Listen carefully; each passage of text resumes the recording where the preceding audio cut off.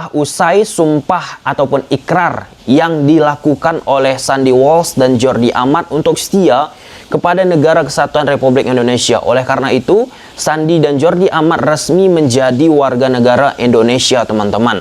Nah, usai Jordi dan Sandy resmi menjadi warga negara Indonesia, Ketua Umum PSSI Pak Iwan Bule katakan PSSI segera akan mengurus perpindahan federasi bagi kedua pemain ini. Nah, kita harapkan terkait hal demikian segera bisa diselesaikan agar kedua pemain tersebut bisa tampil bersama timnas Indonesia untuk mengikuti beberapa event ke depannya yang terdekat aja. Piala AFF, kalau misalnya tim mereka mengizinkan untuk tampil bersama timnas Indonesia di Piala AFF. Karena kan Piala AFF bukan termasuk kalender FIFA. Itu yang salah satu yang perlu dicermati, teman-teman. Oke, di video ini ada beberapa poin yang ingin aku sampaikan kepada teman-teman. Yang pertama, terkait tentang ekspektasi. Nah, kenapa? Karena ini belajar kita dari Elkan Bagot yang pertama kali ataupun beberapa pertandingan telah bersama timnas Indonesia bermain, teman-teman. Oke, ada beberapa pertandingan Elkan Bagot menampilkan sesuatu yang luar biasa. Nah, seiring berjalannya waktu ada juga beberapa pertandingan Elkan Bagot dirasa kurang begitu baik bersama timnas Indonesia. Terutama kala timnas Indonesia menghadapi lawan-lawan yang mengandalkan kecepatan. Dan itu terjadi pada saat Indonesia beberapa waktu yang lalu, teman-teman, tampil di Piala AFF. Dihujatlah Elkan Bagot, teman-teman. Dibilang, kok seperti ini ya permainannya? Nggak disangka-sangka, nggak diperkirakan akan tampil seperti itu. Nah, ini pun akan sama terhadap Sandy Walsh ataupun Jordi Amat, teman-teman. Karena ekspektasi dari supporter, pecinta sepak bola Indonesia, stakeholder sepak bola Indonesia, teman-teman, kepada dua pemain ini besar banget. Harapannya apa? Mereka ini mampu mendongkrak permainan dari timnas Indonesia itu sendiri. Nah, ini bukan main beban, quote and quote ya, teman-teman, kepada dua pemain ini.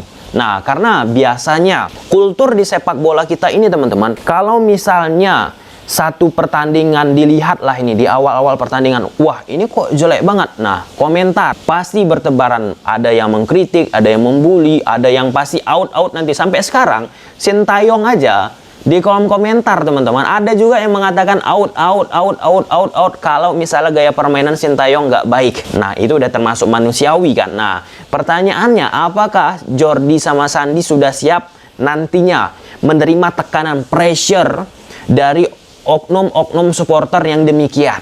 Karena aku sempat berbicara dan sudah aku posting tentunya di kanal YouTube aku, teman-teman. Sebelum kejadian tragedi Kanjuruhan, aku berbicara dengan manajer Arema saat itu, yaitu Pak Ali Ripki. Nah, Pak Ali Ripki juga katakan, salah satu yang beliau sampaikan kepada supporter-supporter, janganlah membuli pemain, janganlah menghujat pemain. Kalau misal masih kritik, kalau misalnya memberikan saran konstruktif, membangun, teman-teman, itu nggak masalah.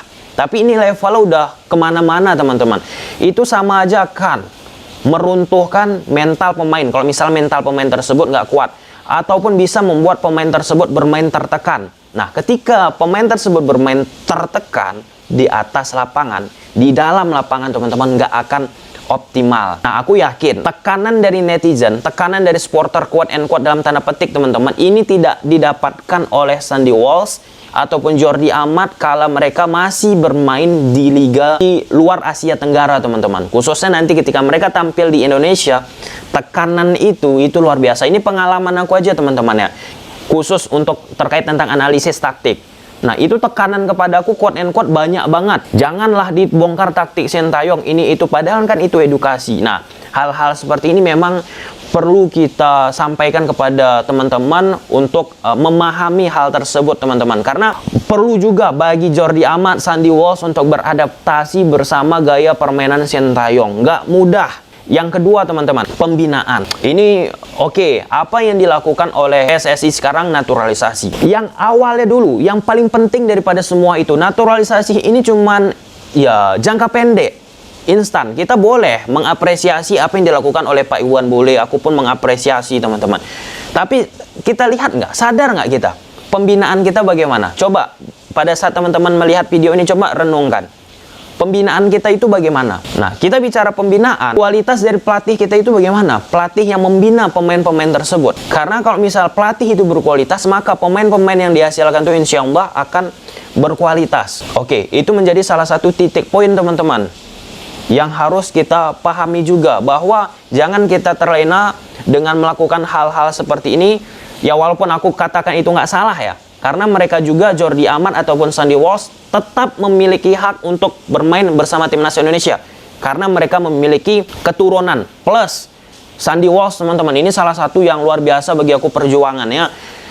Berawal bersama era Luis Mia, dia mencoba datang ke Indonesia membawa dokumen agar melakukan perpindahan warga negara teman-teman, agar bisa menjadi warga negara Indonesia, bisa bermain bersama timnas Indonesia. Masuk era Saiman nggak bisa juga terselesaikan, masuk pada era Coach Sintayong akhirnya selesai. Itu kan salah satu perjuangan. Jadi itu pun tetap harus kita hargai teman-teman. Nah, yang ketiga, kompetisi. Hati-hati, tetap kita berpegang apa yang disampaikan oleh Coach Sintayong beberapa waktu yang lalu. Bukan hanya sekali dia sampaikan, 2, 3, 4, 5 kali sering dia sampaikan bahwa apa? Kompetisi bagus, itu timnas Indonesia bagus. Nah, kita bicara sekarang kompetisi kita. Jadwal pun belum jelas, wasit pun menjadi titik sorotan, ketidakpastian terhadap kompetisi pun masih dipertanyakan.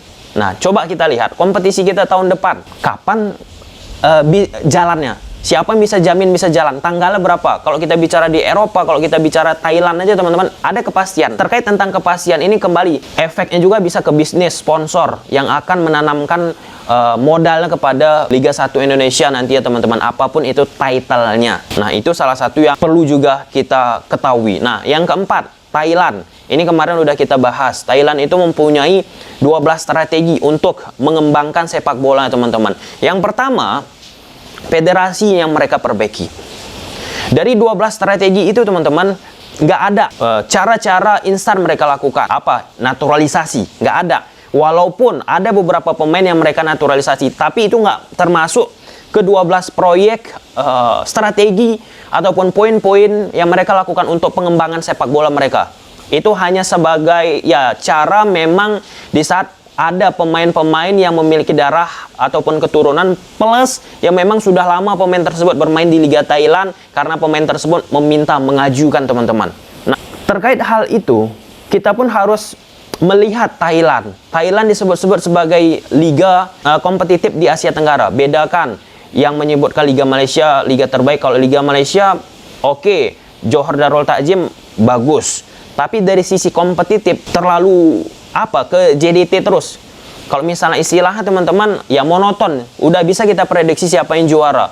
Nah, sedangkan Liga Thailand inilah yang disebut sebagai liga yang kompetitif, terus bersaing. Bukan hanya satu tim yang menonjol, tapi tim-tim lain pun ingin menyamai prestasi tim yang menonjol tersebut, teman-teman. Dan ini ya memang gimana pun menjadi salah satu hal yang harus juga kita cermati, dan kita pun nggak boleh malu untuk bisa belajar kepada Thailand. Ini juga teman-teman, pada saat aku membuat video ini sedang komunikasi aku sama Federasi Sepak Bola Kamboja, khususnya Kamboja Premier League, untuk melakukan diskusi dengan Satoshi Saito, CEO dari Kamboja Premier League, terkait tentang perkembangan sepak bola Kamboja dan bagaimana tanggapan mereka terhadap sepak bola di Indonesia. Kemudian yang terakhir teman-teman, dengan datangnya pemain-pemain keturunan yang menimba ilmu di akademi sepak bola yang luar biasa di Eropa, transfer ilmu itu akan meningkatkan pemain-pemain lokal kita, pemain-pemain yang bermain nanti ya dengan Sandy Walsh, Jordi Amat, dan pemain-pemain keturunan lainnya teman-teman. Jangan ini menjadi under pressure kepada pemain-pemain lokal kita. Justru ini menjadi salah satu nilai plus bagi pemain-pemain kita untuk menyerap banyak ilmu. Dan akhir-akhir ini juga diikuti oleh beberapa negara juga untuk mengambil pemain-pemain naturalisasi ataupun pemain keturunan untuk melakukan transfer ilmu. Contohnya yang pernah kita bahas Kamboja, ada juga Malaysia, Thailand, dan lain sebagainya. Oke lah. Sampai sini aja teman-teman, dan sukses untuk Jordi Amat, Sandy Walsh, dan pemain-pemain keturunan yang kedepannya akan bersama timnas Indonesia. Bawa Indonesia melangkah lebih jauh. Oke, sampai sini aja dulu video teman-teman. Bye.